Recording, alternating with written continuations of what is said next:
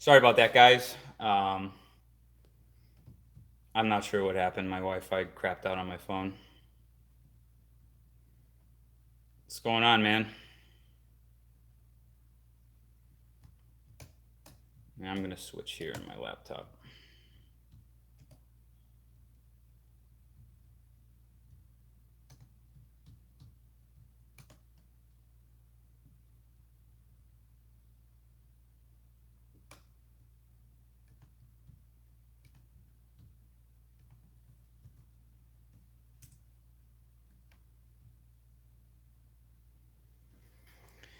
All right, we are back. Yeah, sorry about that.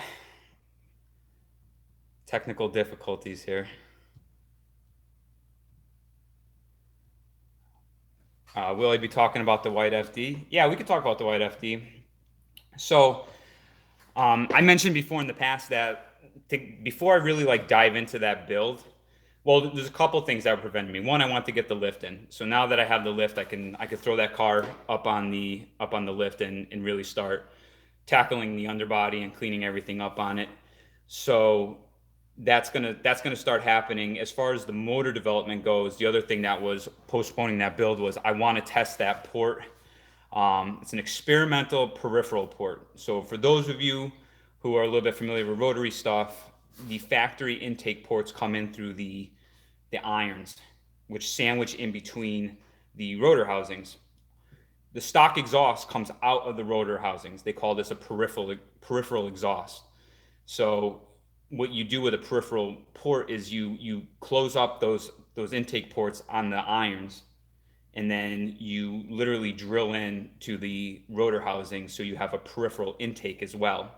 When you do that, you create a lot more volume, a lot more air entering into the motor, but you also introduce a lot more overlap. Think of if you just added like giant camshafts to a car. So when you do that, you start that's why like all those peripheral port motors are like real brappy, and they have to idle higher, like 15,000 to 2,500 RPM, depending on how crazy it is. And the real big downside of it is low end drivability kind of suffers.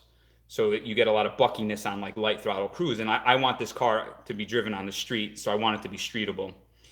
Most of the people, when they do a peripheral port engine, they buy rotor housings from Mazda Speed, which already have like giant, they're pretty big ports, but they're already cast into the rotor housing. So that's what most people run. I'm going to build my own, and we're going to go smaller, and I'm going to try to oval the port a little bit to delay the port timing, to delay that overlap, and see how drivable I can make it. By calculations right now, a big street port, which is like the safe go-to, because I'm going to do a three rotor on the white FD, a big street port, which is still utilizing those intake ports in your irons, can do somewhere between 345 to 380 at the wheels, and that's assuming that you have like everything perfect. So that's like ITBs, a really good flowing intake manifold, a really good flowing header, exhaust, like the whole nine, good compression, higher compression rotors. I don't know what RPM you're going to be able to do that at. You might have to go higher, so stuff's going to have to get lightened. But I'm gonna try to. I want 400. My black FD is 417 turbocharged, so it's got a little bit more torque because of the boost pressure. But if I can do around 400 NA and keep it like streetable, then that's going to be pretty awesome. So we're testing that before I potentially destroy a three rotor, because three rotors are so freaking expensive now. We're testing that port on a 13B, and I'm going to stick it in the red Miata. So I figured if it sucks and it's like not really, if it's like really race carish and like too like undrivable, which it won't be undrivable, but like if it's like kind of obnoxious and like not as street friendly, it's not that big of a deal because I don't drive that car that much anymore, anyways. So it's just kind of like a win. Plus, it'd be pretty badass to have a pretty like a high revving like screaming NA rotary in that car. So in a two rotor application, it should do somewhere around like 270 wheel. So that's even more horsepower than what it made in turbocharged form. Again, it's going to be NA, so it's not going to be as torquey, but like it should be a lot of fun to drive. So we're going to do that right now. If everything works out tomorrow, Monday, I'm actually off from work.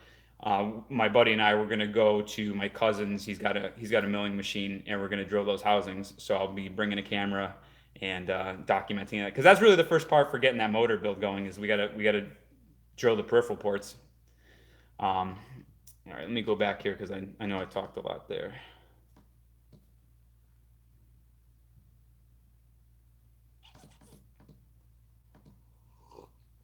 Yo, Quinn, how much horsepower do you think stock O1 NB engine can handle with boost, considering healthy engine, turbo setup, tune, and good is good quality and reliable itself? I'm thinking 200 to 240.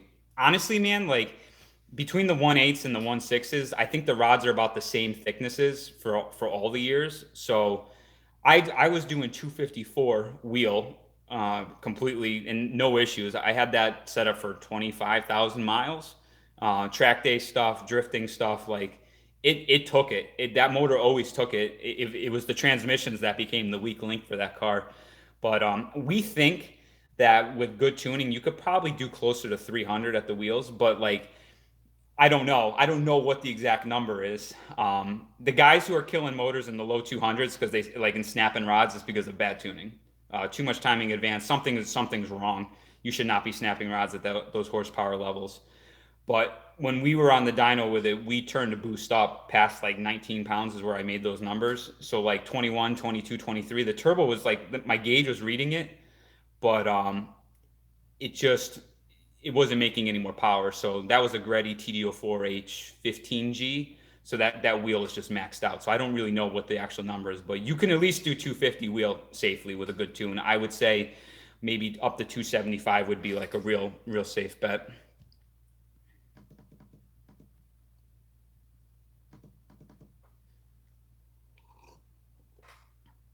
Um, any rubbing issues with the wheel fitment on the RX-8 and any new RX-8 news? No rubbing issues. I kept that ride height a little bit conservative. So like when I lowered it on the tains, it was about an inch. I want to say more than stock, maybe like an inch and a quarter, inch and a half. You do have to run like decent camber though to clear that, and that's all. And really, it stems down to two things. That wheel fitment wasn't like ideal for an RX-8. It's 18 by 9.5, positive 30 millimeter offset front and rear. Like having like a slightly higher offset, like maybe like a positive 38 would have been like more perfect. The 30 is just a little bit on the aggressive side. So I have, if I remember correctly, I want to say I'm like two, negative 2.5, 2.6 camber in the front, and then like negative two somewhere around there in the rear. The other reason why I'm able to make that setup work is because of the tire selection. I ran those 255, 35, 18 aspect tires, and those are actually smaller diameter than any of the 225, 235, 245, 40, 18 equivalents. So it's really that thin tire combo plus the camera that allows me to get away with that, but no rubbing issues. And it's like you can like hammer and go fast and fly around over bumps and it doesn't rub. So that was pretty cool. But if those wheels were just a little bit like more conservative on the offset, it would have been like pretty perfect, and you can run different tires. But honestly, the RX-8 suspension like handles bumps so well that even with those little tiny profile tires, it still rides pretty comfortably.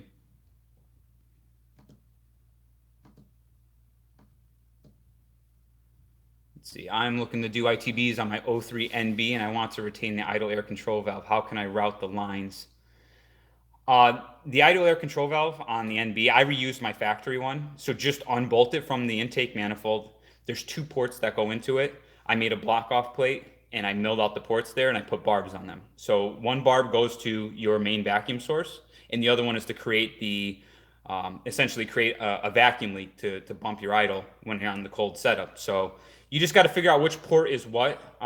When you go to do it, shoot me a message and I'll look in my car and I could tell you which one I have to venting and which one I have to vacuum. There's a top and a bottom one, but that's pretty much it. And then if it's in an NB, there's already a plug for it, so you just leave it plugged in. And with my Adaptronics, there was idle air control settings. I was able to like touch it. It took a little while messing with them to get it so it was like controlling it properly, but other than that, that's all that you needed.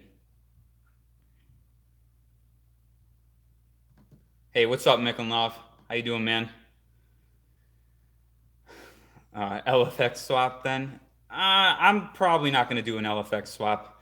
I'm not much of a. It's not really my cup of tea. What are your thoughts on the ND Miata? I heard they had some transmission issues early on. I like the ND. I think the ND styling is pretty cool. From like a visual standpoint, it kind of got like more of like an S2000 look for it. I don't like how they shrunk the size of it. I thought like NC was pretty good size for a Miata. As I get older, I'm starting to feel a little bit more like claustrophobic in like the NAs and the NBs.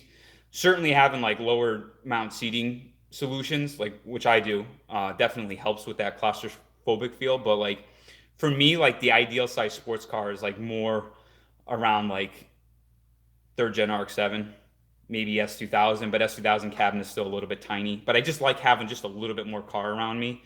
And I thought the NC was like pretty comfortable in that regard. There was a good balance of like interior space and like overall car size. So I kind of wish that the ND was like a little bit more that size. Like you get into the ND and like it feels small and it feels claustrophobic, at least to me. So that's kind of my thoughts. And I don't know too much about the transmission issues. I heard that they had them. I thought that they were like replacing trannies, like no questions asked. I thought they came up with a fix for it. Kevin, how's the S2000? S2000's good. It's just kind of sitting here right next to me. Let's see if I can flash this real quick without screwing up the stream. Um, it needs paint. So now that it's warmer, once I kind of get a little bit of downtime, I'm gonna bring it down to a body guy that I know. I'm gonna get a quote for at least the front bumper. I ideally I should maybe like redo the whole paint at some point. It's not bad. It's definitely presentable. But I'm gonna it's gonna be at least front bumper. If it's not too much more, I'm gonna do front bumper, hood, and hardtop. And then while I'm having to do it, I'll probably have them PDR just a couple dimples that are in it. Um, but other than that, I'm doing some product development for it. I put all that stuff on hold while I was doing the firearms business startup. So now that's kind of like leveling out, and I'm operational with that. So I'm going to get back into the car parts thing. And first product for Garage Quinn Motors is going to be an S2000 product. So that's something to look forward to coming hopefully very soon. Would you ever consider building a dedicated FC track car? You know, I have like a soft spot for the FC. I I still like them. Every time I see them, like I miss my FC. Um, I don't know if I would ever build another one just because like I'm such an FD lover. It's like for once, like when you really dive into an FC, it's like you're almost at the point of like where you could have just had an FD and like built off of that.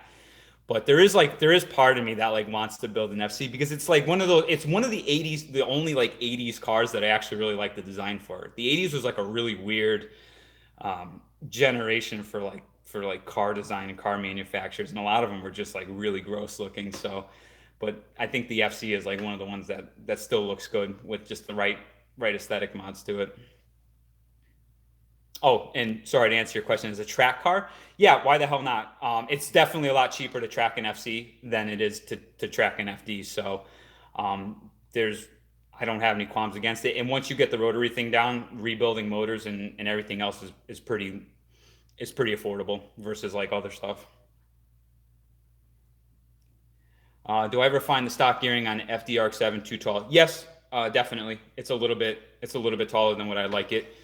So when I bought my 93 FD, it had an automatic. It was an automatic. It was a 93 automatic touring, converted to manual, and it had a 3 point. The automatics have a 3.9 torsion diff in it, versus the manuals are 4.1. When I bought the white RX-7 parts card, it had a 4.1. So when I had the FD down, I was redoing the whole underside. I I swapped it over to the 4.1, and that little bump in gearing definitely helped it. But I think ideally, to be like pretty good all around and like help with that low end grunt, it would need at least a 4.3 or 4.4 maybe even. Am I running? Ooh, skip some comments here. Am I running dual exhaust on the S2000? K24 swapping a chassis I picked up cheap. I'm shooting for 240 wheel horsepower. I have a true 3-inch dual exhaust that I picked up cheap. I think that will limit me any.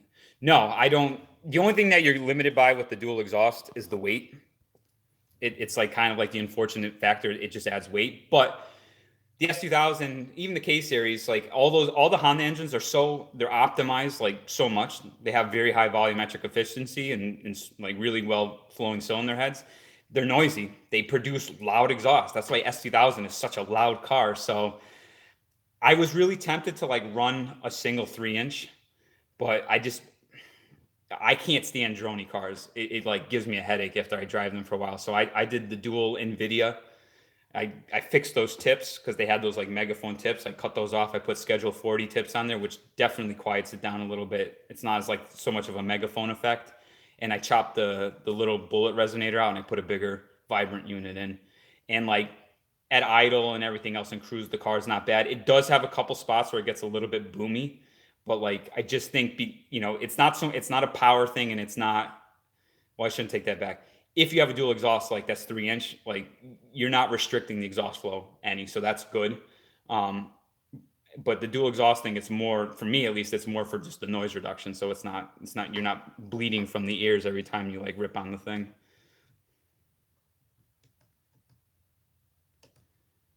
Let's see. What's wrong with the LFX? Ryan Passy makes it sound like the ideal swap, good balance, record-setting performance for. No, there's nothing wrong with it. It's just not the direction that I'm going in with my stuff. I'm kind of like just trying to get away from piston stuff altogether at this point. I mean, I'm still gonna have them, right? Like Z4M, that's gonna remain piston. Obviously, the S2000, same deal. But um, I really, I have three rotary powered cars. I've had multiple in the past, and like I just, from a simplicity standpoint and like cheapness to like modify and like maintain, I really like the rotary stuff. So that's why things are kind of going in that direction. The red Miata, once that's rotary like before, and for a little car like a Miata, like if I totally like, I'm not encouraging anybody to get into the rotary stuff. I get it. Like they have their downfalls, they need their sorting, and it's like if you're not in a position to do that, it could be a lot of money if you're paying somebody else to do it. So there's nothing wrong with the LFX. Like I don't have any qualms with it.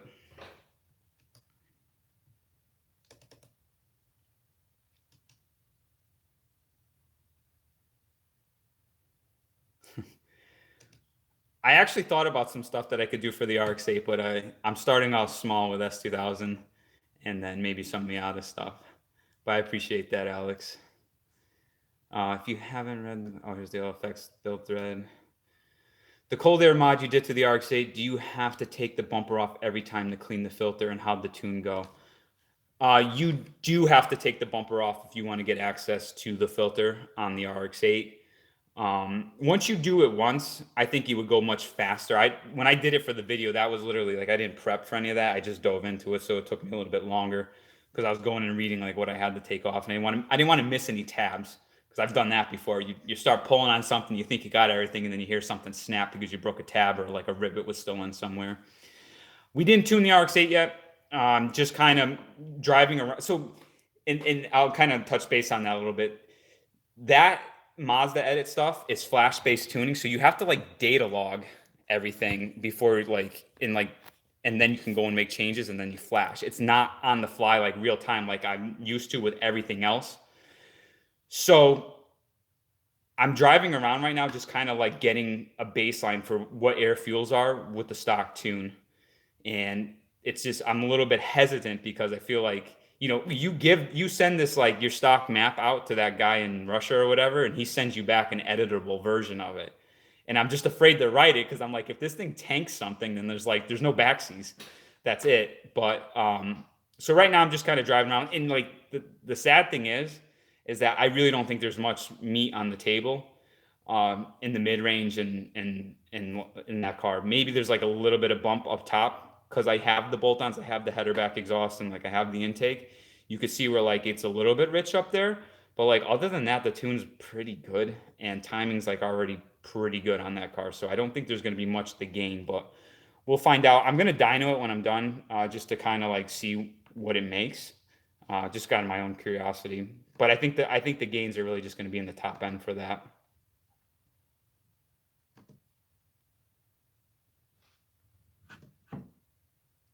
What's up, Shane?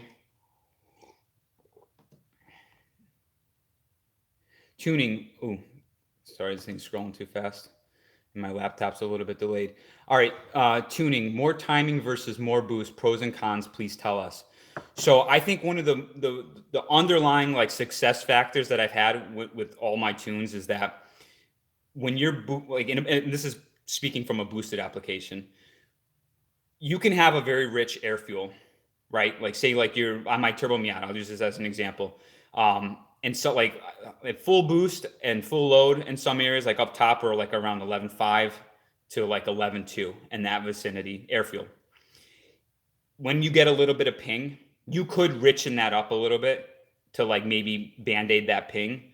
But I personally think it's always better to just pull a little bit of ignition timing there versus adding more fuel.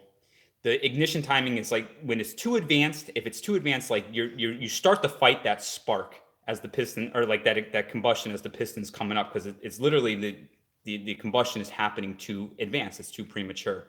So by delaying that a little bit, you just kind of take some of that load, and it doesn't translate down to the rotating assembly, because that's like really, like, I think timing is like the silent killer of engines. You can have a good ear to listen for detonation and pinging, which is certainly terrible. Like, you don't want to have ping. You can hurt a motor pretty quickly if it's pinging, especially like in a boosted application.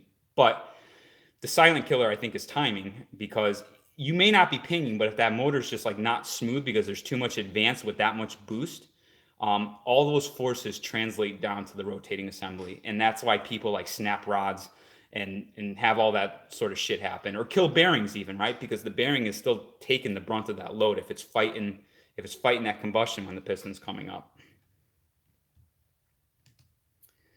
Are you planning on making FD parts? If so, which parts?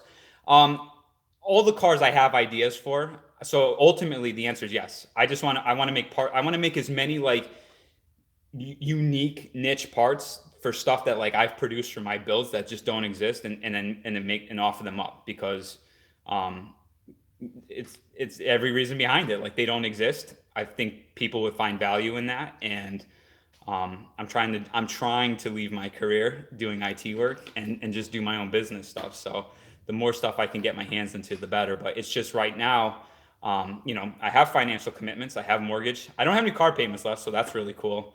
But any residual money that's like left over, I'm just investing into the businesses and just seeing how far I could take them. But if I can go back when I was younger, I would have just like not bought as much car stuff and taken on so many car payments when I was younger, because I could just be so much farther ahead now. So I pay for it. I just work all the time.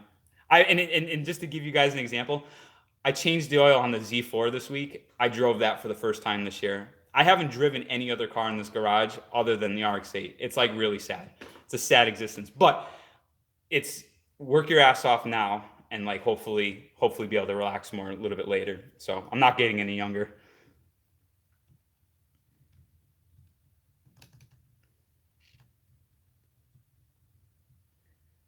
AK, thanks, man. I appreciate it. Best bang for buck mods for the NA6 Miata. Turbo. Just turbo that motor. It'll take it.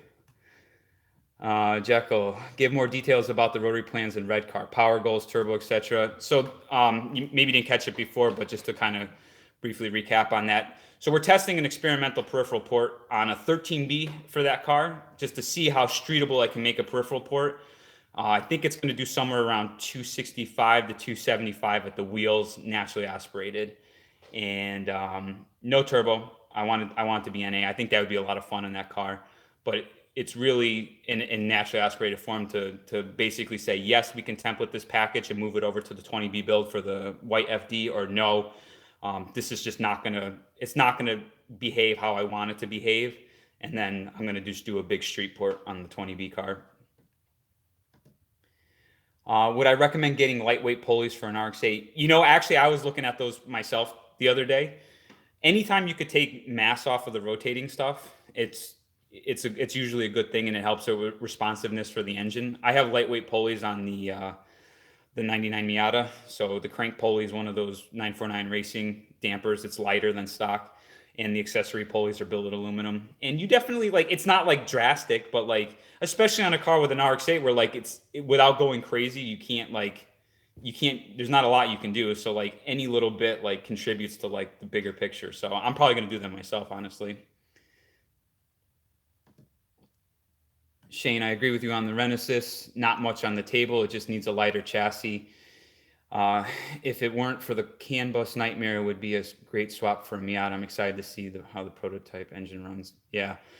Yeah, I mean, it's good and it's bad. It's good because the RX-8 it's already tuned like pretty well. The real downside of it is the RX-8 should have been like 2,500 pounds with that motor. That would have been much better. Or do a 20B version of the Renesis and stick that in a 3,000 pound car.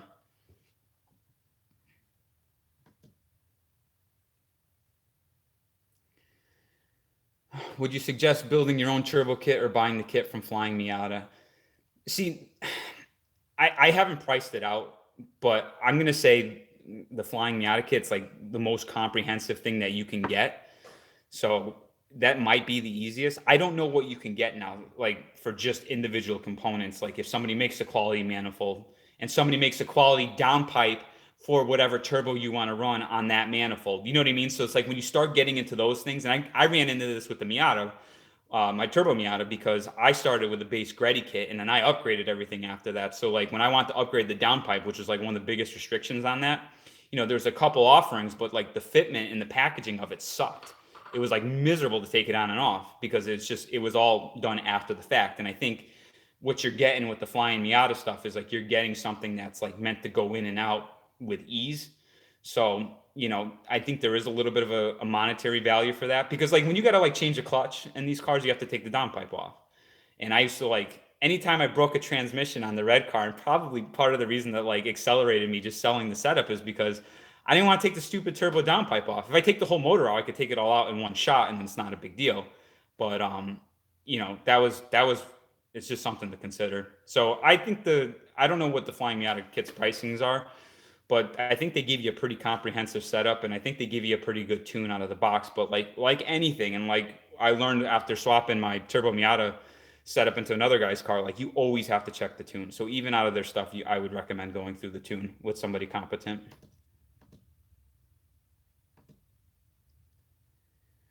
Really looking forward to seeing the red car power slides under Dorito power. Yeah, man, me too. I can't wait actually. Would you recommend doing a Bridgeport on the Renesis or Bridgeport and swap a 13B instead? I don't know if you can Bridgeport the Renesis because of where the side seals run. Let me think how that would work. I guess you could. Bridgeport, honestly, a Bridgeport is a compromised port. It's like something between a big street port and a peripheral port. So when you have a bridge, the corner seal just rides on that bridge, and the bridge is usually tiny. So that really becomes a wear component. And you definitely get overlap and stuff on it. The reason why the Bridgeport was created goes back to like SCCA racing when they didn't allow a peripheral port. So the racers were looking for a way to add more air into the engine without doing a peripheral port, and that's the solution as a Bridgeport. But the bridge, because you just have that little tiny material. I don't know how I can show this in my fingers, but if this is your standard street port, right? You have the Bridgeport is you bring it out here, so then you have another little port on top of it, and then there's like a little bridge that runs in between it. That's essentially what a Bridgeport is. So the corner seal of the rotor rides over that, and if you make that too thin, or if it wears too much, the corner seal will actually fall out of the motor or fall out of the rotor and go into the port. So like you got to be careful with that. It's a reduced life setup, and it's certainly because of the way the port timing becomes on that, you're going to have that brappy Bridgeport idle. There's like no way around it. So I don't know if I would do that for a daily driver. Maybe for racing. FYI, RX-8 ring and pinion is the same part number as FD. Yeah, I was aware. 4.44 in the Gen 1s and 4.77 in the Gen 2 RX-8s. That's probably going to be the candidate for when I build a diff for that car, because ultimately I'm going to do clutch diffs or whatever for both of the FDs. So I was probably just going to pick up, RX-8 donors for the swap. Should I just buy the plug and play Gen V ITB kit for my 1.6 Miata? Do you think it's worth it rather than parts from different platforms? I can't in good conscience recommend somebody do an NA build on a 1.6. And I know that's like kind of a heartbreaking thing to hear, especially if you don't want to think about swapping the motor, but the sad reality of it is that the 1.6 head just like doesn't flow very well. So for a naturally aspirated application, you are just handicapping yourself tremendously out of the box. So for whatever that plug and play kit costs, which I'm pretty sure it's a little bit over two, you could go and swap an NB VVT engine into the car, or do like I did with a VVT block for the 10-to-1 compression, and then a BP4W head if you don't want to deal with the VVT. And then you have that with bolt-ons will make more power all day long than, you know, an ITB built higher compression ported 1.6. If I like back in the day, if you guys remember Shakira Motorsports, they did a couple 1.6 builds. One, I think the guy's name was Winkle, back on Club Roadster, and his was a 1.7 liter. It was 11, somewhere in the 11s to 1 compression, cams, ITBs, Marua header, full exhaust, and that car made like 152 or 150, or maybe it was somewhere in the low 150s for wheel horsepower. And my first ITB build on the NB, so that was a 99 block. Oh no, I'm sorry, that was an 01 block with a 99 head, ITBs, Marua header, and exhaust. Oh, and the BP5A intake cam, which is still like kind of like a stock cam, that made 152 at the wheels without any machine work, anything, no head shaving, no nothing at that point. So like, to me, like if I was going to recommend to you something, I would say do a 1.8 swap. But if you're chasing like big NA 4-cylinder power and a Miata, then do a K swap. That shit wasn't available back in the day, like when I was younger. I would have just went that route because you're just starting with such a better platform to make naturally aspirated horsepower. But the 1.6 is fine for boost, as you saw with mine. Like you could boost it all day long, and it makes plenty of power. Great points. Thanks for all the info. You're welcome, man. No problem. Am I running E85 on any of my builds? No. In Connecticut, we don't really have E85 anywhere available. So it's not really. I like convenience. So everything that I have is tuned on 93. There's definitely like you can run a little bit. You can make a little bit more power with E85, and I'll use a great example of this. So my most recent build on the ITB Miata, where I shaved the head 100th, that brings compression up to around 12.5 to 1, and that's with 264-degree cams. So you have to remember, bigger cams do bleed off compression a little bit. That's why you up compression when you go bigger cams. But even then, so with that additional point of compression over versus 11.5 to 1 on the previous build, we had to retard timing because of detonation. So it wasn't timing where the motor was running rough, but it was timing because of detonation. And having the E85 would allow me to keep that timing advance, and it would have made a little bit more power. Like, so with E85, that thing probably would have done 190 to 195 at the wheels versus like 185.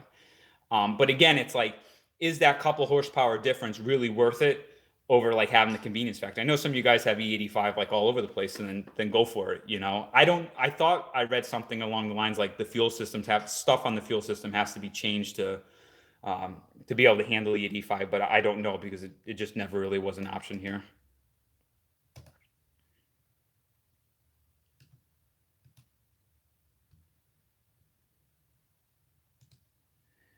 Oh no, the RX-8 will strictly be a weekend car.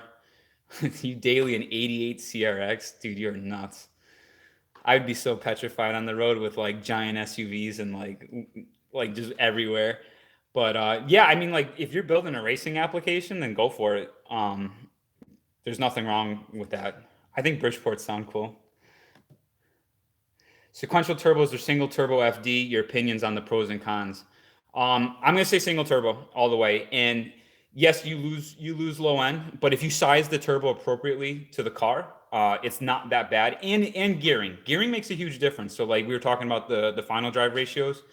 If you gear the car appropriately, even if you have a single turbo with a little bit of lag, it shouldn't be a big deal. But the reason why I say that is because the twin setups just run so hot, and it's like the one thing I don't like about forced induction stuff is the heat.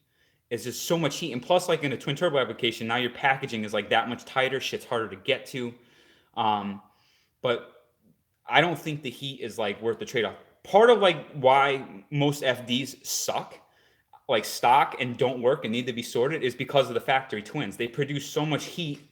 They're complicated because of all the vacuum crap. They just cook everything. So it's a setup that doesn't work well.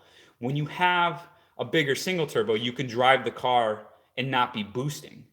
So in a stock twin turbo FD, that first turbo in the sequential setup, the tiny one that like helps bump the second one, that thing's like almost always spooling. So that the stock 13B is like almost always under boost, and like it's just a big compromise for the overall life of the engine because it's just heat. It's just heat all the time, and it cooks everything around it. So I like the singles because they'll get you into the 400 horsepower range like pretty easily, and you could drive them off boost and cruise, or like after you're done beating on it, you could just cruise the car without like and let it cool down. Plus, a big single I think produces less heat than two twins.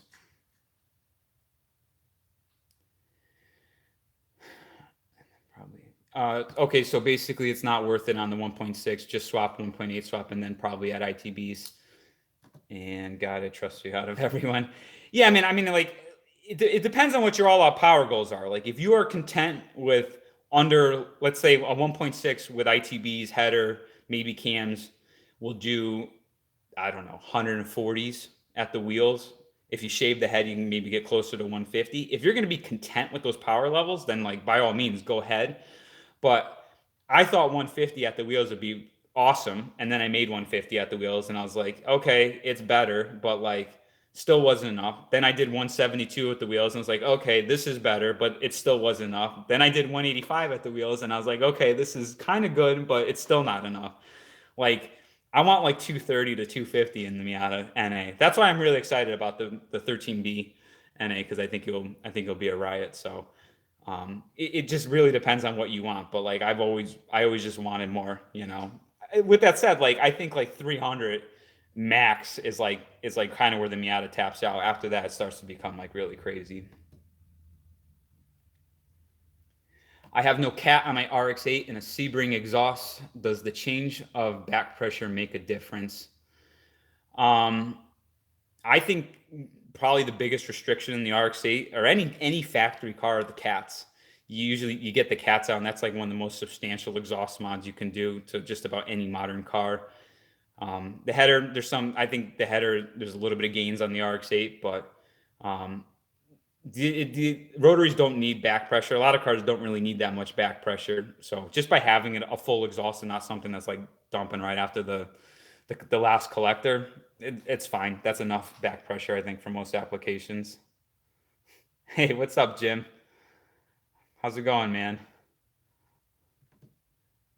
Love the sound of Bridgeports, and it's one of the main reasons why I would do it. Yeah, Bridgeports are definitely cool.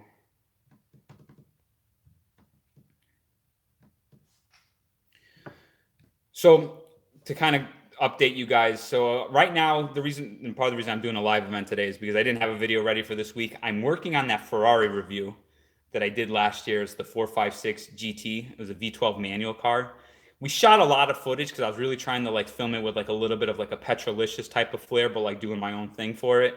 I was like the editing on it was just like so. Anytime I'm splicing mic pack audio and then integrating that with like B-roll footage, it's just very long and very daunting. Um, so I'm like, as of last night, I worked on that till like 2 a.m. and I got the whole intro and interview done with the owner. So like that was like the hardest part. So I'm super stoked about that. And I'm gonna do the driving footage stuff over the next day or two. So like the actual in-car review, I did that review with my friend Ryan King, and so we tag team that car. That's going to be going out this week. I know the owner is very anxious to see it, but he also has an Aston Martin V12 Vantage that he lent us for the day too. But we didn't have time to get to it. Sorry, somebody was calling me. Um, so that may be on the cards too for this year. And he's got some other cool stuff. He's got a couple E-type Jags and things like that. So there'd be some more cool car reviews and other things to look forward to. After that is kind of done off my plate, I'm throwing the NB up on the lift. We're going to do the 6-speed swap, and I'm changing the diff out on that. So I have a 4.77 Torsen that I built for that, that's going to get swapped for a 4.3 from a 99, but the diff itself was changed from a Torsen to a second gen RX-7 FC clutch type diff, and that's going to be what's going into the ITB Miata. So once we do that, I'll do like a new up to date like driving impression and stuff for it. So that's going to be happening soon. I'm going to throw that up and start filming that. I do have a slight oil leak on that car from when I did that last motor setup. I don't know if it's the pan or if it's the rear main. I'm hoping it's just the rear main, like something didn't seal right. But if it's the pan, I'm going to pull the motor and like redo the oil pan seal on it. So that may add a little bit of time to it, but so that's just another thing to look forward to. And as far as this year, like video footage, if you guys have any suggestions, definitely be open to hear it. But I need something that I can do some sort of like data acquisition, performance statistics in a car. So right now I'm looking at V-Box setup, and it seems like that one, whichever the one comes with, it's like $730 I think for, and it comes with a case and like battery pack and like all this other stuff. Has a GPS lap timer in it, but it does G forces, braking 60 to 0. I think you can do 100 to 0. I think it does 0 to 60 and quarter mile as well. But if you guys have a better suggestion, it needs to be able to be transferred from car to car with ease. But once I have that, then I'm gonna have a whole new segment for the channel. I have arrangements made with Lime Rock, so we're gonna be doing stuff there for reviews, and I'm gonna open it up to you guys too. If anybody has like a tuner car that they're confident in, we're gonna run them on that like go-kart track there, because it's kind of like a toge track, which is like pretty cool. So that is something that I'm really excited for this year, and I think that's gonna like really like kind of bump things up for the channel and make it more exciting. So I'll be doing all my cars, and we'll get like a lot of baselines for them, but we'll keep like a running lap time and things like that. I have access to the big track too. So like stuff, if it's like pretty good and it's like, really exciting, we'll put it on the big track as well. So a lot of exciting things in the mix, but if you guys have, recommendations for some sort of performance measuring device, let me know. Oh, that's right, Jim. I forgot you moved to Hawaii. It's crazy, man. You still have the white RX-8. I think you mean the silver RX-8. Man, I'm striking out here with this Wi-Fi connection. All right, trying to catch back up here. At least I was able to resume this one and didn't have to open up in a new room. So anyways, white RX-8. It was actually a silver RX-8, but no, I don't have that. A friend of mine needed a daily because his Mazda Speed 3 got totaled. So he wanted an RX-8, and I sold him the chassis. He bought a motor from Japan and put it in, and it's running now. So he has that. I think we're still going to get an RX-8 for my wife, because that was for her. She loves the cars, and I'm probably going to get a Gen 2 one if we're going to pick one up for her. A buddy of mine came up here from Florida this year, and he bought a 2010 with 24,000 miles on the clock, and the thing was pretty cherry, and he paid $9,800 for it. They're so cheap now. So they're, it also, when that happened, I was like, you know what, why am I going to add more work onto my plate and take away from the other stuff when I can just buy one that's like running for like, $6 grand, $7 grand. That's like pretty clean. So I can't believe how cheap they are. It's like really is a tremendous car for the dollar. So Shane, you're going from a Torsen to a clutch pack, and I'm going the opposite direction, putting an FD Torsen in my Turbo 2. Granted, the clutch LSD is shot. Yeah, I like clutch diffs. Everything they have is Torsen except for the Z4M. So I know what the Torsens can do, and I know what they don't. I mean, yeah, they live forever as long as you don't like launch the snot out of them. But I think for like ultimate like balance in a slide, a clutch type diff is just like a little bit nicer than the Torsen. It's a little less like snappy. Does the R3 RX-8 have shorter gears and a 4.77 diff? I would consider to remove the heated leather seats for R3 seats plus gear. Yikes. It's not working. All right, so going back to I'll read the question because that stream cut off, but Vasilis asks, does the R3 RX-8 have shorter gears and a 4.77 diff? I would consider to remove the heated leather seats for R3 seats plus gearbox and diff. What's your opinion? So the R3 is has the same 4.77 and transmission, which is an NC Miata transmission ultimately, as any of the 2009 to 2011, so the Series 2 cars. They all have the same transmission, same differential. Um, R3 seats are cool, but they're definitely a premium. They look like they go for over $2,000 for a set. And with that in mind, like I would probably rather personally, I would probably pick up like a set of Recaro SRDs or Recaro Speeds and just get rails for them versus going with the R3 seat. And gearbox and diff. What's your opinion? So yeah, I mean, R3 stuff is cool, but it just comes at such a premium. I don't think it's necessarily really worth it versus what else you can get. And yeah, that's just about it.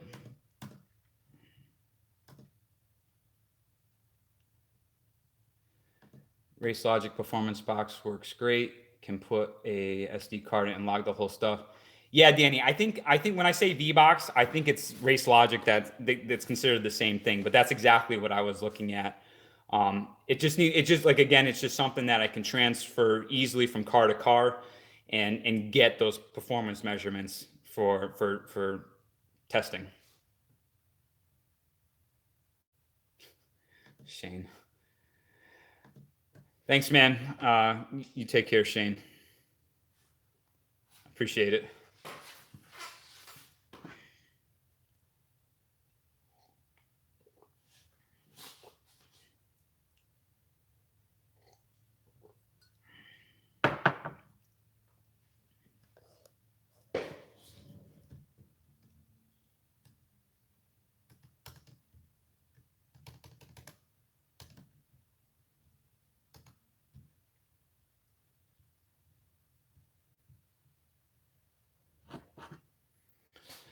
Did I say that the R3 has the same six-speed gearbox as a 2009 Miata? As far as I know, it's the NC gearbox. So that's the '06 to 2015 or 2014 was the NC generation.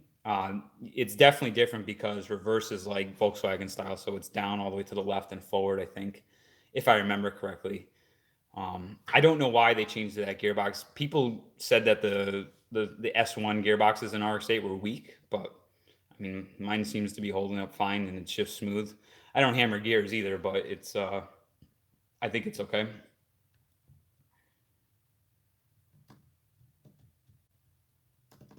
Let's see, I'm gonna go back here.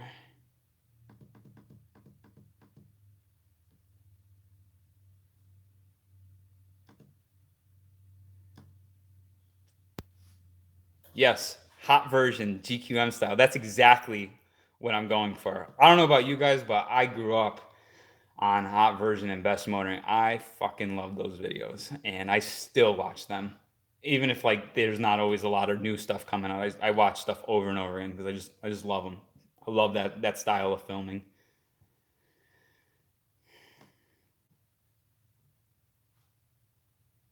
There's a smell difference between test pipe and dual resonator for the RX-8. I just bought the car 2 weeks before and it's bone stock. If you go catless on an RX-8, you're definitely going to smell more oil smell. It's it's just like it's just that rotary. Ooh, sorry about that. Pulled my phone down. You're definitely going to smell more stench, that premixy, um, like rotary exhaust smell, and you're going to stink a little bit too. RX-8's not bad. RX-8 has like it does a pretty good job of keeping those stenches like out of the cabin. But when I drive like my FD or I used to drive my FC, FCs are bad. They just something about the way that the arrow works on an FC, it sucks exhaust in through the rear taillights if the seals aren't good, and you just stink every time you drive that car. You know that you were driving an FC. Dan Perlas, do I own corner weight scales? No, I don't. I used to have a set on loan. That was one of my friends when I was sharing that old shop. So that's why I was able to do get some of the weights and the corner weights on the cars. But my buddy Ryan, who has the shop up in Massachusetts, he's getting a set of scales. So we're going to be able to do some corner weighting and some suspension setup. I want to start doing like more tech videos for setup stuff because a lot like the tuning stuff people like really seem to gravitate towards, and that's cool. Like I think we should do stuff that's like technical and good exchange. That can't talk. Solo is the best for what I need. Is Solo one of the lower versions of the Race Logic like performance box? Um, Acceleration and G-force GPS race. Okay, so I read that one already.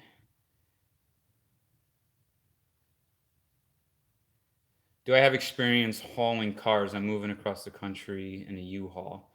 Um, Only for when I would buy stuff out of state, I'd bring a trailer and trailer at home, or and when I raced Spec Miata, I had an enclosed trailer that I would trailer up to like New Hampshire and other New England tracks.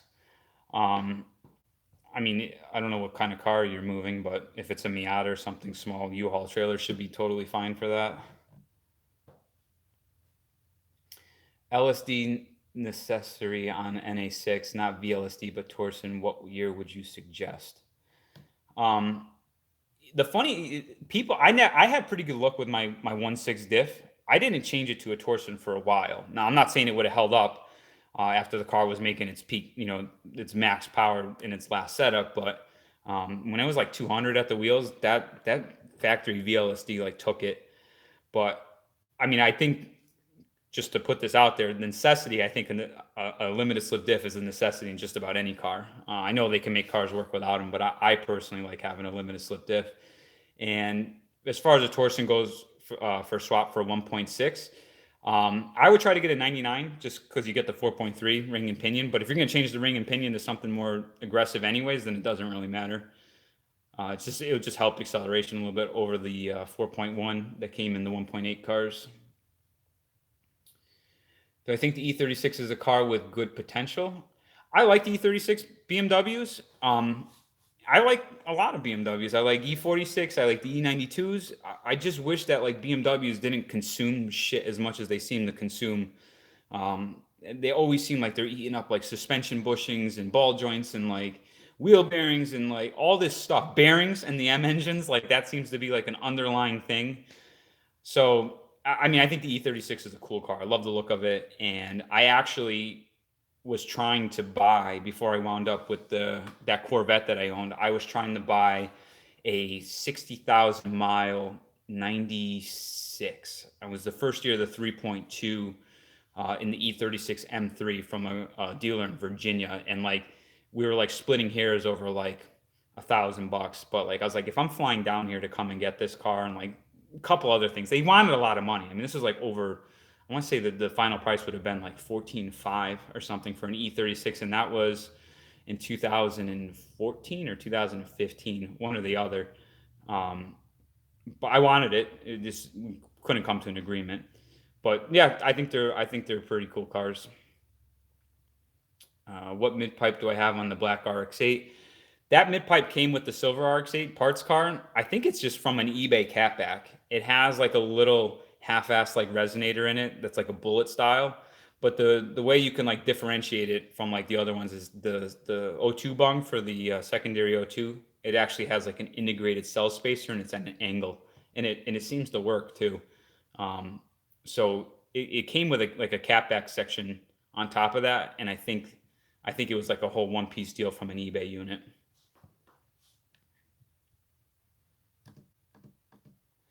I would like to have a bit shorter gearing. I don't have any problems with the stock one. How difficult is it to change your plugs and coils and stuff on your 8? My check engine light came on and I had misfired high RPMs. So, Jake, if your coils are crapping out, like stop driving the car immediately. And I'm stressing that because like if you're not burning that fuel up, you're going to clog your cat. You're going to probably ruin the cat if you keep driving the car, and it's just you're going to snowball issues if you don't get those addressed like ASAP. They're not too hard to change. The packaging is a little bit tight if you go with like the Bennett kit that I got because he stacks the coils on top of each other. When you put them on like in there, it's just a tighter space to work. And one of the harnesses was in the way. I had to like move it a little bit, but it's nothing it's nothing too difficult. It just may take you a little bit longer than what you would hope. About to go to the garage to change my mid pipe and oil level sensor O-ring on my '07 RX-8. My question is, do you know if the oil pan needs to be dropped to change that O-ring? The dealer couldn't tell me. Oil level sensor O-ring. I don't know, but because I haven't changed it and I haven't looked at what's required to change it, but I think almost any time there's an oil level, I can't talk, an oil level sensor, usually it resides within the pan somewhere. So you're probably going to have to drop the pan. My wife makes me shower anytime I drive my Cosmo. They all stink. Dude, it's like, as much as I love rotary stuff, it's so true though. Like anytime you're catless rotary, it smells. They just smell.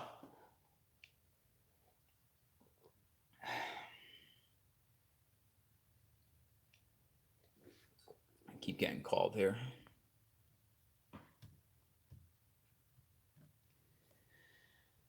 Jacob Schmidt, ever had a backfire on your RX-8? Happened to me for the first time a while back with the girlfriend and scared the shit out of me. Yeah, I get them, especially after like once I took the cat off. I get it. You definitely hear it more. But if you're like beating on the car and you do like a good like second, third pull, and then like you like downshift, like if you're coming into a corner or something, I usually get it on the downshift.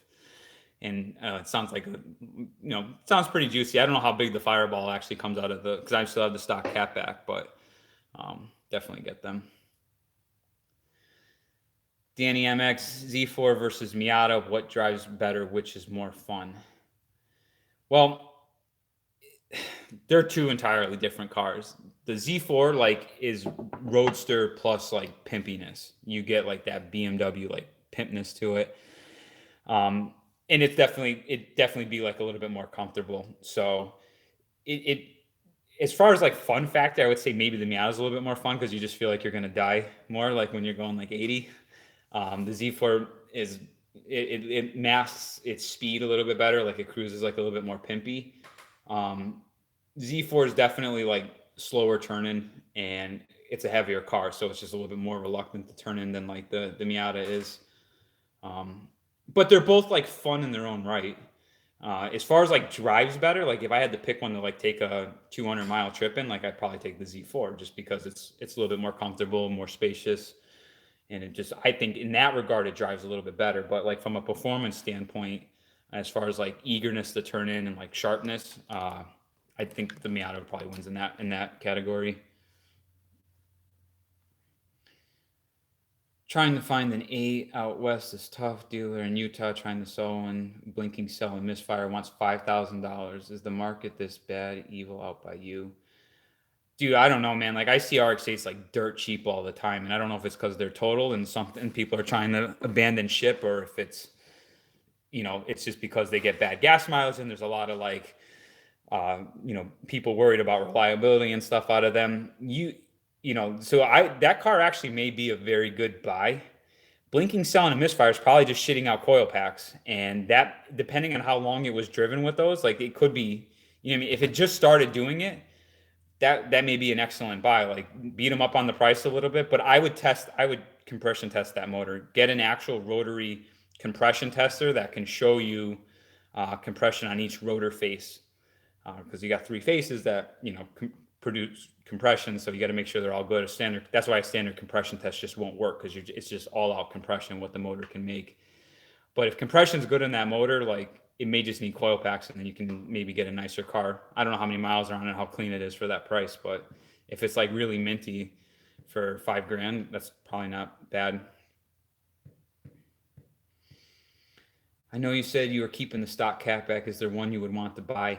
I was looking at the Racing Beat catback because, like, I don't. That's the big deal. Like, I wouldn't mind shedding more weight over the factory catback if I could, but like without making the car loud. Like right now, that exhaust is actually still kind of quiet. It sounds a lot like a first gen. If you know what like a first gen sounds like when they're tuned, that's what like my RX-8 sounds like. But my what ultimately why I backed off is because the Racing Beat it's like 10 pounds heavier than the stock catback. So I was like, what the fuck? I don't want to add more weight to the car for another, that exhaust is like 800 and change shipped, like after you factor in shipping to your door. Um, it'd be nice if there was like either like a titanium solution that had decent mufflers, which I don't know if that's even a possibility. I saw some guy selling a Greddy titanium catback the other day, and it kind of like it had oval canisters, and oval canisters are usually better than just like bullet style mufflers. But I don't know how good the packing is on a titanium like exhaust. I don't really have any experience with one firsthand. If there was like an oval canistered like lighter exhaust solution, I would probably switch to it just to get the extra weight savings. With everything that I've taken out of the car now, you could definitely feel a difference. That plus the bolt-ons, like even on the stock tune, still like it it feels definitely decently peppier than a stock car. Like it's enough speed where you're not like, okay, this sucks. Like it's pretty good, especially when it's cooler out. It runs really well. Am I considering doing more to the Z4, going in a more sporty direction? Yeah, the Z4, I'm kind of at a crossroads. So like I said, I just changed the oil on it this week and drove it for the first time. I did take a sample of that oil because I had a track day on it from last year when I did the Z4M versus Z46 at Lime Rock video. I'm gonna see how it's wearing, bearing wise. If there's like excess wear materials in there, then I'm probably gonna sell the car before it becomes an issue. But as long as like if it comes back with like no abnormal wear materials, I'm gonna keep that car. I love that car. Um, and I'm not much of a BMW fan per se, but like, I love that car enough to put up with like some of the quirkiness that comes with BMW ownership and like some of the more like headaches that come along with it. Love the look of it. I love the whole overall package, and like actually driving it for the first time this year, like not having driven anything else, it felt really stout, really quick. So if I do keep it, I would like to do a mild NA build on it. So that would be like a CSL carbon airbox on it, so I can hear more of the throttle bodies. Open that up a little bit. The new ones, they duct it down into the front bumper, so you get like more of like a ram air effect with it. Good headers and or header, good header and a full exhaust on it, and then a tune and see what it makes. Maybe cams. I would maybe venture into cams depending on how it felt after all those mods. But I wouldn't go too much crazier than that. I think the car overall like works really well, and to me that's like it's like the perfect grand touring car. Like I love like Aston Martins and stuff, but like when you drive them, they're just big, heavy cars. So like the Z4M for me has like that real grand touring vibe feel to it, but because it's 3280 pounds, it still kind of feels like more sports car and has like decent reflexes and stuff. Would you ever own a Boxster S? I drove a 2.5 Z4, the model before the last one. It was a very nervous car in my opinion. I had all the bad things a short wheelbase car has and all the bad things. Um, I don't love Boxsters. I like Caymans, but I probably wouldn't buy a Boxster personally. I like the Cayman a little bit better, but like the problem with like all that Porsche stuff is the early Caymans that are like more affordable now, or Boxsters, same those ones. They're not outside of like the intermediate shaft bearing failure thing, and to me that's just like that's too much. I don't. That was like ultimately what deterred it was the IMS bearing stuff on those. And then if you go to the direct injection models, which I think is '09 and up, which those supposedly mitigated the IMS bearing stuff, they're just a lot more expensive. And then also a lot of those cars came with open diffs. So like trying to find one that's optioned the way that you want it for like a reasonable price point and with a diff in it. I have something against like I don't want to spend like over $30,000 or whatever they cost now to have a car that like I got to drop the transmission and put a limited slip diff in. Like to me, that's just I can't justify that. It needs to come with it, or else it's not worth it to me. That's why ultimately what how the Z4 won me over because I paid back in 2013, I paid 28,400 for that car, and I was like, okay, like 28,400. It's comfy Grand Touring sports car. It's got a good engine, the 333 S54, 333 horsepower from the M3. Has ITBs, has a limited slip diff. It's pretty much optioned with just about like all the stuff because it's an M, and it had the all black carbon leather package, which I personally like that. I don't like a lot of silver on the interior of a car, so like it just checked all those tick boxes, and it was substantially cheaper than any Cayman I can find.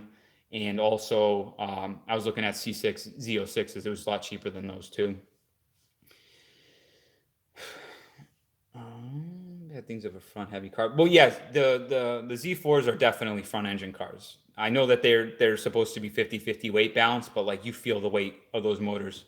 It's well over the front axles. I think that's why it feels super front heavy, is because the motor's just like, it literally splits where the suspension mounting points are, like 50-50. It's so there's a lot of weight over the front wheels. There's like no way around it, and you feel it. Working eights out here start at 5, non-running at 1.5K. Thanks for the advice. Going for an autocross application. I guess patience is key. Love the channel. Keep it up. Thanks, man.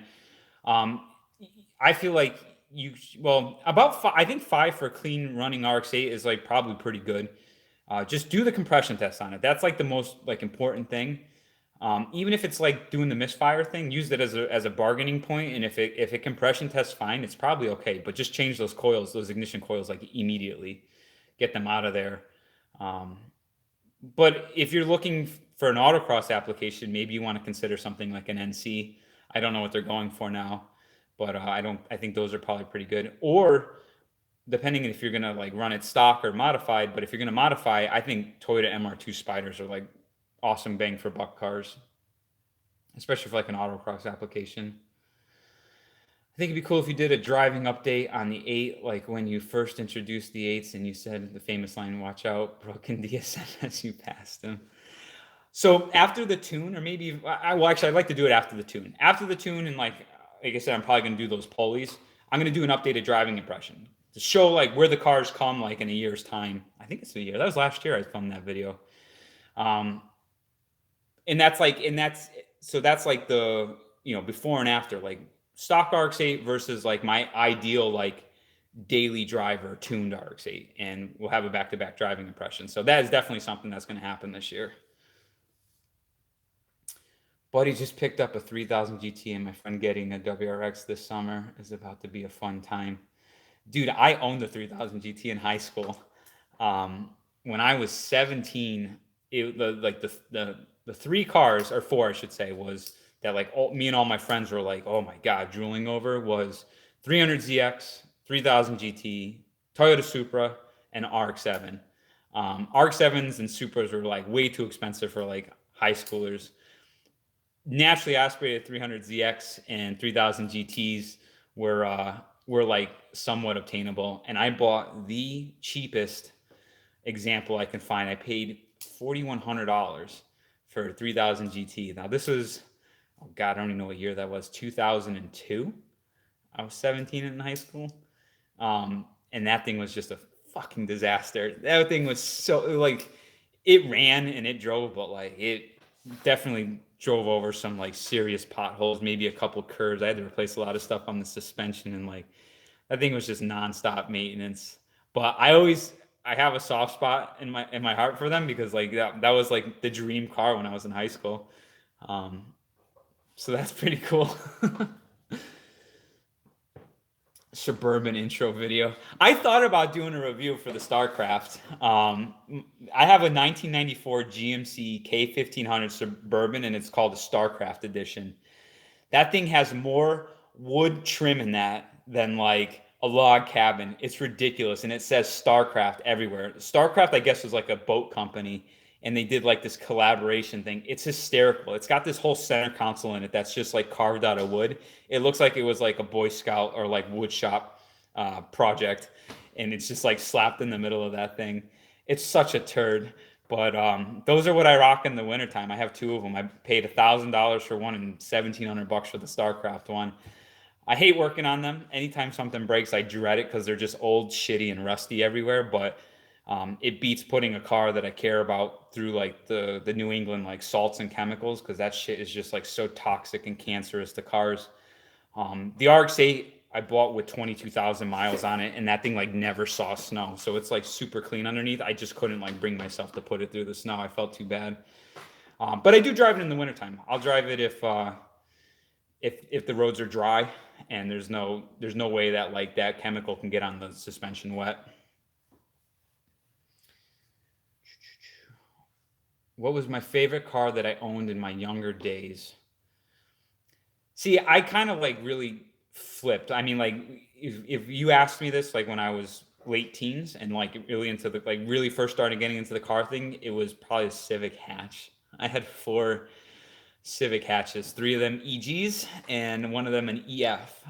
But that obviously really shifted for me once I got well, actually, it was when I had that car and I needed somebody to tune it because I had my one of the Civic hatches that I had was a B18 C1 swapped. I turbocharged it with a Greddy kit, and I needed a tuner, and that's how I met my friend, who I do all my rotary build stuff and all my tuning with. That's how we actually like first got introduced. So that was I was 19. It was 14 years ago. I've known him a long fucking time, um, and that was he was a rotary guy. So when I was like going out over there and hanging out with him, he had bought my FD. My black FD was sitting there. It was an automatic car that was stock touring that he picked up from Maryland. He's like, yeah, he's like, I'm gonna build this and I'm probably gonna sell it.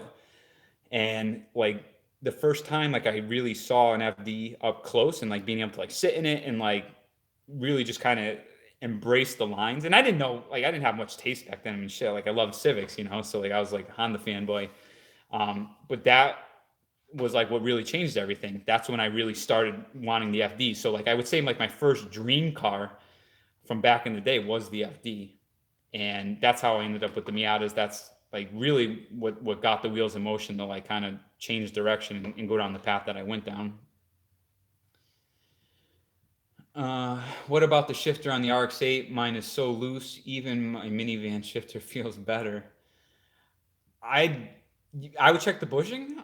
I don't. That's really the only thing that would maybe dictate it being loose is the shifter bushing, and maybe like if the shift boots are torn for the turret.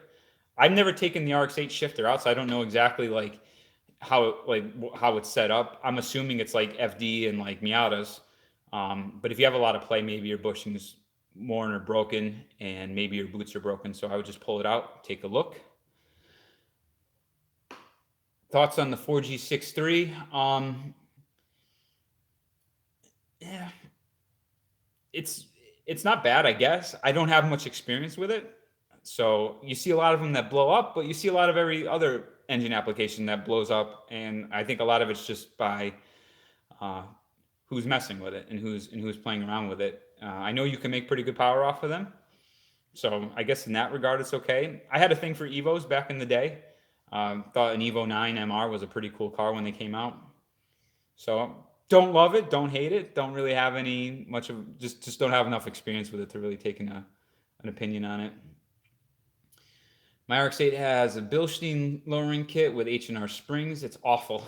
I was considering to buy Tane Street Base Z. Should I go for it or spend some more on and buy the Flex Z?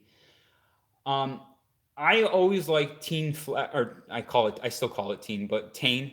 I always like their Flex series stuff as like an entry level. If you don't want to spend a lot of money, coilover, because I just think you to get much better than that, you got to spend a lot more money. The Flex Z on the RX-8, you could definitely see like where they cut cost. The RX-8 just has a wonderful suspension design, so like it makes those coilovers feel a lot better than what they actually are. You do lose a lot of travel in the rear. The shocks are like physically shorter than the stock units, and I have I've hit the bump stops on those shocks multiple times, hitting a harsh bump or pothole like at speed, and it's kind of like it's actually really disappointing. Like the RX-8 is a long travel suspension car that like really should never be hitting bump stops, and you do in the rear with the Flex Z's. So it's kind of a disappointment. I think ultimately, I'm going to switch that car over to Olin's. So it depends on what your budget is. If you're really trying to do it budgeted, then I would say maybe just do the Flex Z's because for I'm bitching about them, but for $700 or $750, whatever you can get them for shipped, it's like, it's not that bad. I guess if they were over $1,000 and they would hit bump stops like that, like that'd be really annoying. But it's not like it hits them all the time, but it is a real thing. You definitely lost travel in the rear of the car with them. So I would say for the money, they're probably, if you're in that budget, then they're fine. What's up, Luca? Yeah, we've been going for a little while, but this will be I'll leave this available for you guys. Um hillbilly sportsman. I have a stock '02 Miata and thinking of getting some flying Miata suspensions parts. What do you recommend for flying Miata parts? Thinking about the FM springs and Coney Sport shocks.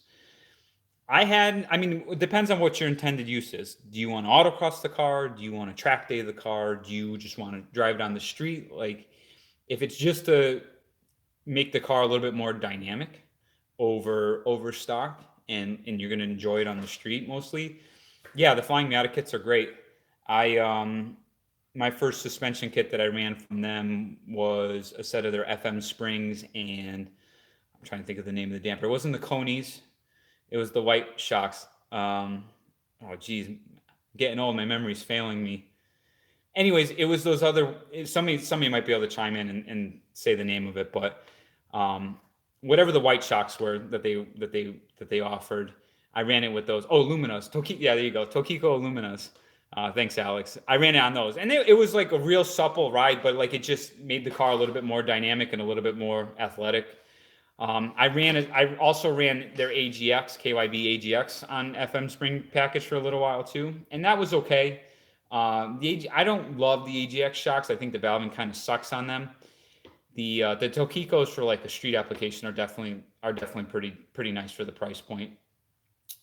So I don't think you'll be disappointed.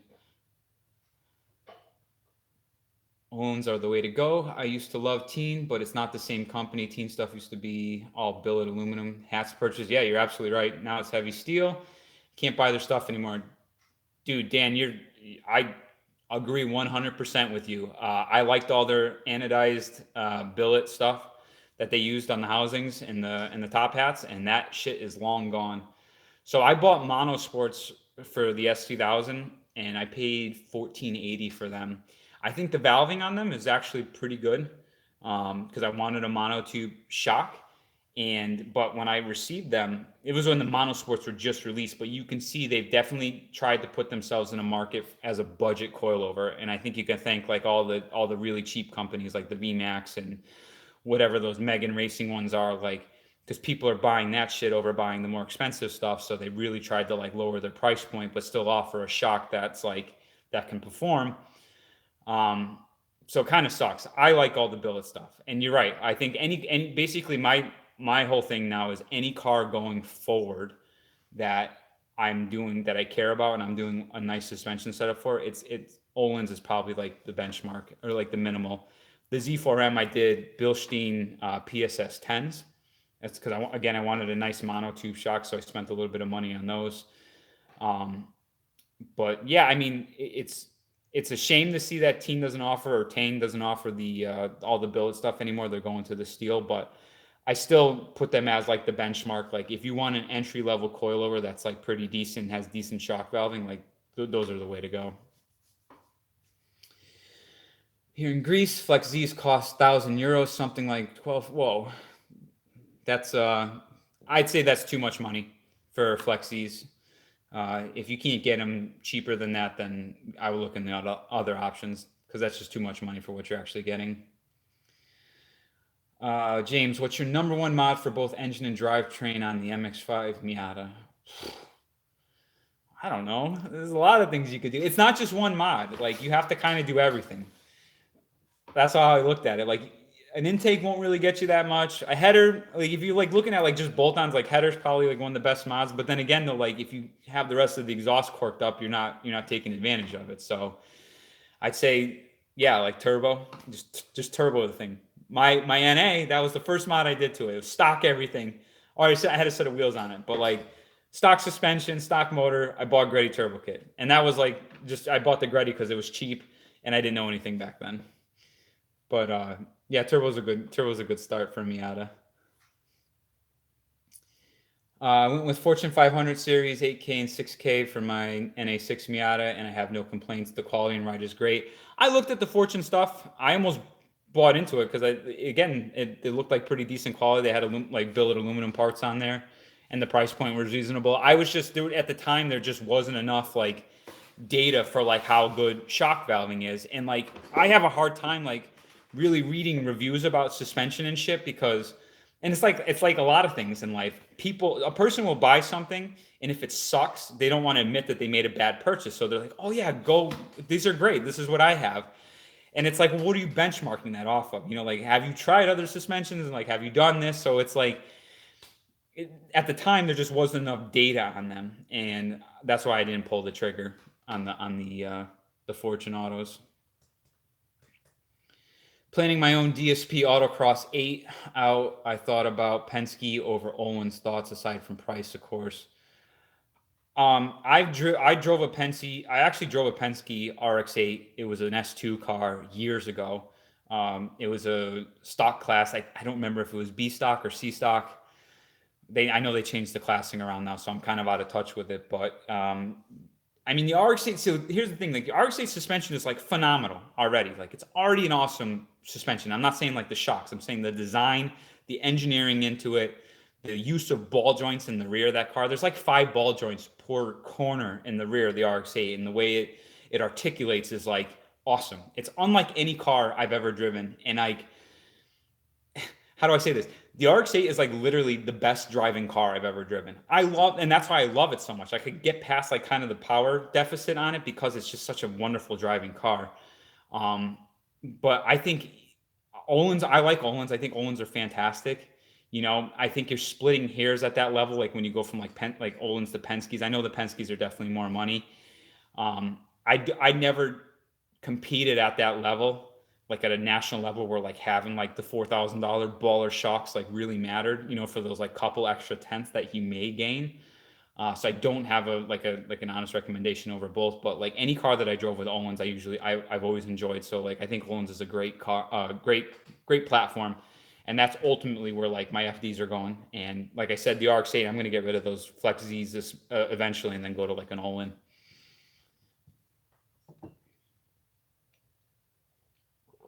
How do I deal with emissions?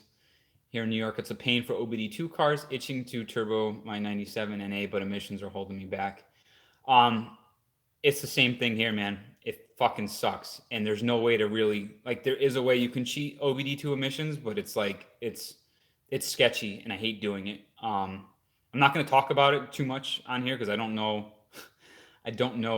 if there's any legal implications for it, but in Connecticut, they plug for an OBD2 car, they plug in and they look to see that all your readiness is set. You're allowed to have one readiness monitor that is not set. So, for instance, a car like my NB Miata with ITBs, a standalone ECU that outputs like zero OBD2 readiness anymore. Plus, not to mention, every single sensor is changed. TPS, the mass airflow sensor is gone. No O2 sensors in that car.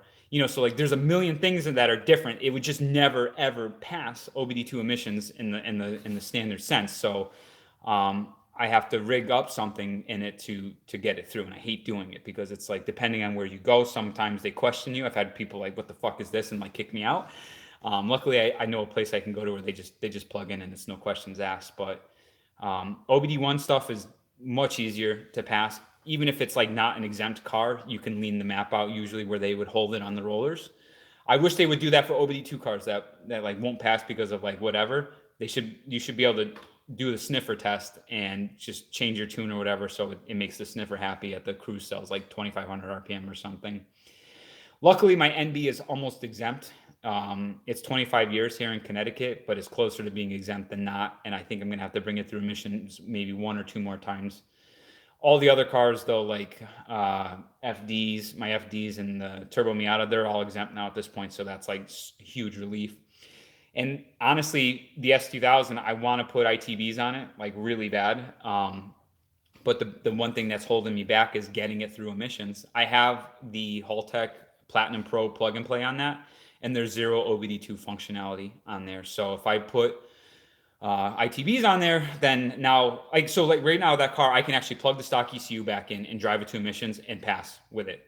If I put ITBs on there, that's no longer an option. So now then I have to come up and do something sketchy to get it through, and I just like don't want to do that because it's such a pain in the ass.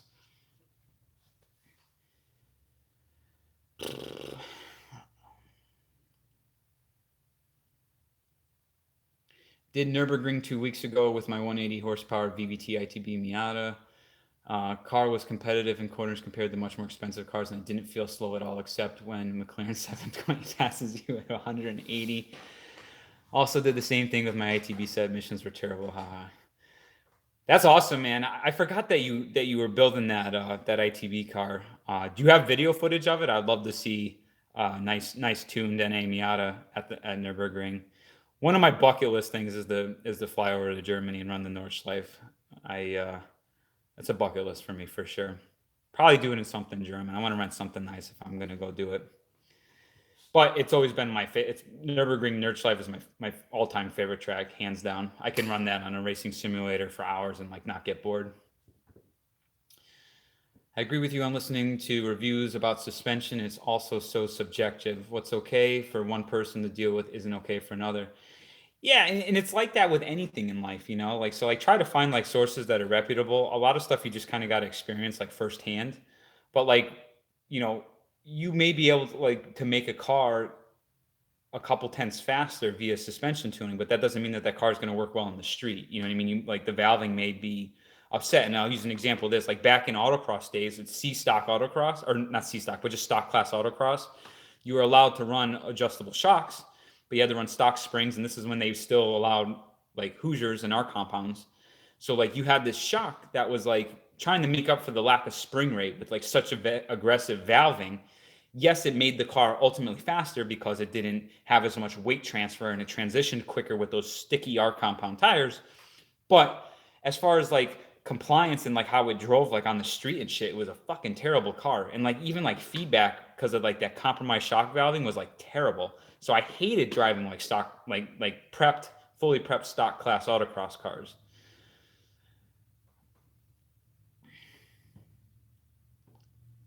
Choosing a standalone ECU, suggestions what to look out for. I mean, most standalones should take care of what you need it to take care of.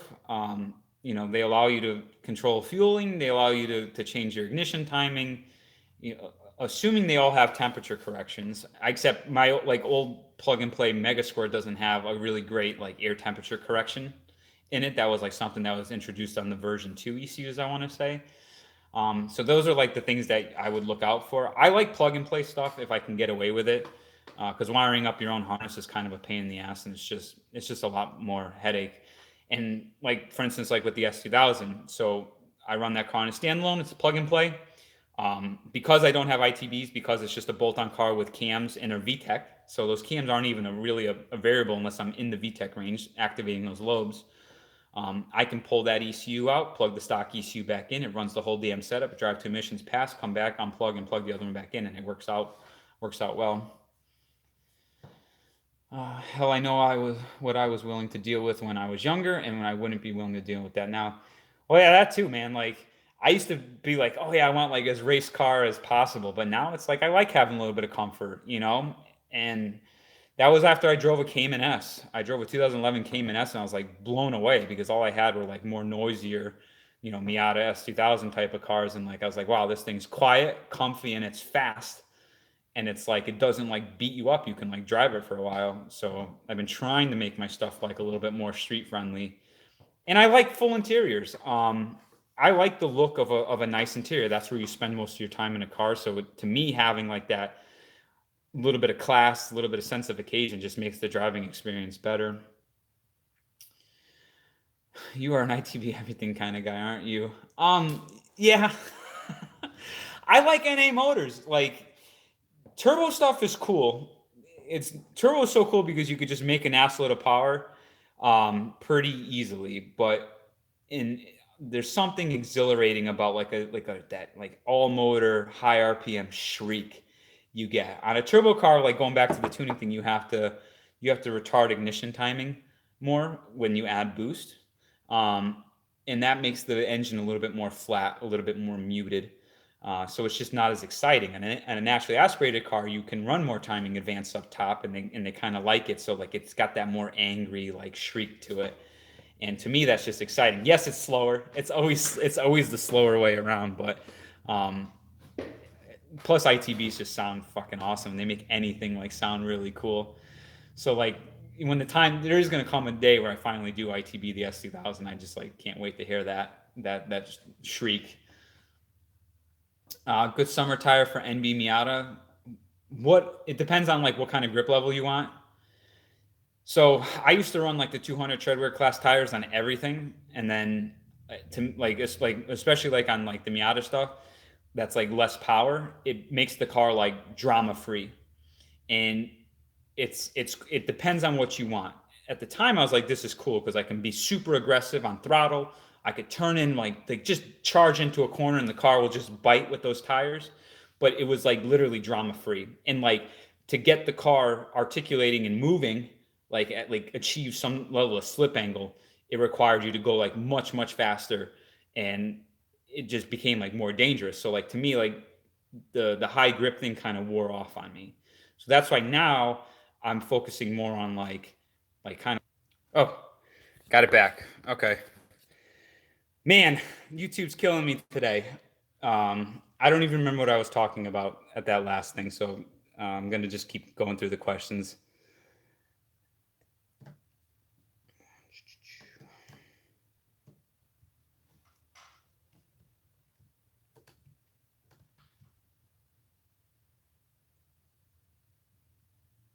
Oh, that's right. I was talking about tires.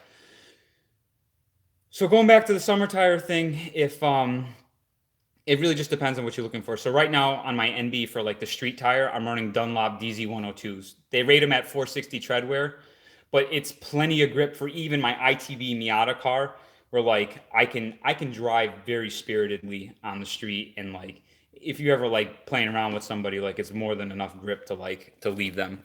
Um, if I it wouldn't be an ideal track day tire. If I was going to do a track day stuff, I would probably still do like the 200 treadwear class of tire, just because of the heat management that they provide, um, versus a tire that's like in the 300 plus treadwear range. They grip well enough for street applications, but when you get them hot on a track setting, they just go away. And a great example of this is if you watch my video with the Z4M versus E46 M3, you could see my buddy's E46 M3, which was on Dunlop Dereza Star Specs, which is a higher grip 200 treadwear with that heat, well, like that's meant for a higher operating temperature range. It's those are like substantially more composed when compared to I had a set of Continental DWS, which are 360 treadwear. Those tires work great on the street, more than enough grip on the street. But when you keep hot lapping them, they get hot and then they just get greasy and they don't ever come back. They just remain greasy while you're out there for that session. So for street tire, I like 300 plus treadwear stuff. Again, like those 460 treadwears of the DZ101 or DZ102s, like those are pretty good for, especially for like a Miata powered car. But for like track day stuff, where like heat management is really a thing, I like the 200 treadwear class tires.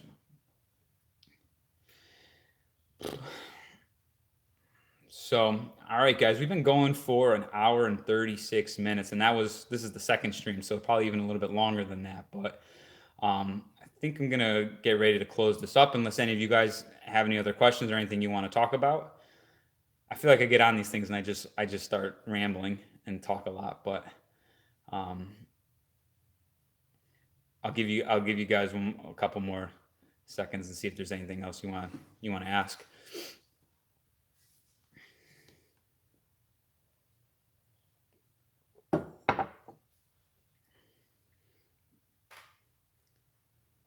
Going once, going twice. No problem, no problem. Thank you guys for joining.